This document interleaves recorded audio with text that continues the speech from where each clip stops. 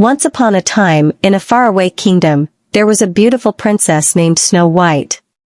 She had skin as white as snow, lips as red as roses, and hair as black as ebony. But though she was beautiful, her kindness was what made her truly special. Snow White's mother, the queen, had passed away when she was very young. Her father, the king, remarried a woman who was beautiful, but very vain and cruel. This new queen had a magic mirror, and every day she asked, "Mirror, mirror on the wall, who is the fairest one of all?" And the mirror would always reply, "You, my queen, are the fairest of them all." The queen was pleased. But as Snow White grew older, she became more and more beautiful. One day, when the queen asked her mirror, it answered, "You, my queen, are fair, it is true, but Snow White is fairer than you." The queen's heart filled with jealousy. She could not stand that someone was more beautiful than her. So the evil queen ordered a huntsman to take Snow White deep into the forest and get rid of her.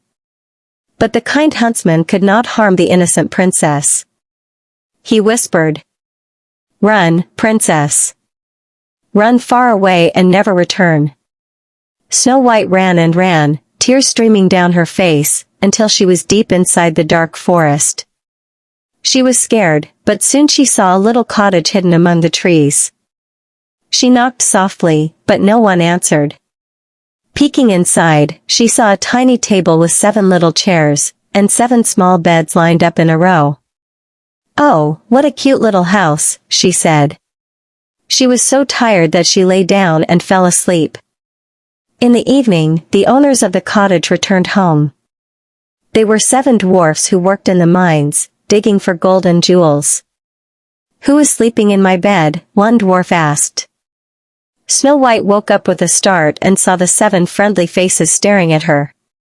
She told them her story, and the dwarfs felt sorry for her. "You may stay with us, Snow White," said the eldest dwarf. "But you must be careful, the queen will try to harm you." Snow White promised to be careful and lived happily with the dwarfs. She cooked, cleaned, and sang cheerful songs while the dwarfs worked in the mines. Back at the castle, the queen once again asked her mirror, "Mirror, mirror on the wall, who is the fairest one of all?" The mirror replied, "You, my queen, are fair, it is true. But Snow White, deep in the woods, is still fairer than you." The queen was furious. Snow White was alive. She disguised herself as an old woman and set out to trick her. First, she offered Snow White a beautiful silk ribbon. But when she tied it around her waist, it was so tight that Snow White fainted. Luckily, the dwarfs returned just in time and saved her. Next, the queen came back with a poison comb. When she placed it in Snow White's hair, she collapsed again. But the dwarfs removed the comb, and Snow White woke up. Finally, the queen baked a poisoned apple. She disguised herself once more and knocked on the cottage door. "Would you like a delicious apple, my dear?" she asked sweetly. Snow White saw the juicy red apple, and took a bite. Thud! She fell to the ground, as still as stone. When the dwarfs returned, they were heartbroken. No matter what they tried, Snow White did not wake up. They placed her in a glass coffin in the forest, surrounded by beautiful flowers. Animals of the forest gathered, mourning their kind princess. One day, a handsome prince was riding through the woods when he saw the glass coffin. He had heard stories of Snow White's beauty and kindness, and was filled with sorrow. He leaned down and gently kissed her forehead.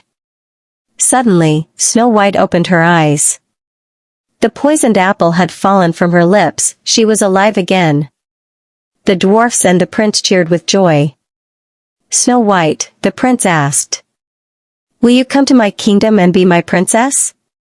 Snow White smiled and nodded. She thanked the dwarfs for their kindness and promised to visit them often. And so, Snow White and the prince lived happily ever after, while the evil queen was never seen again.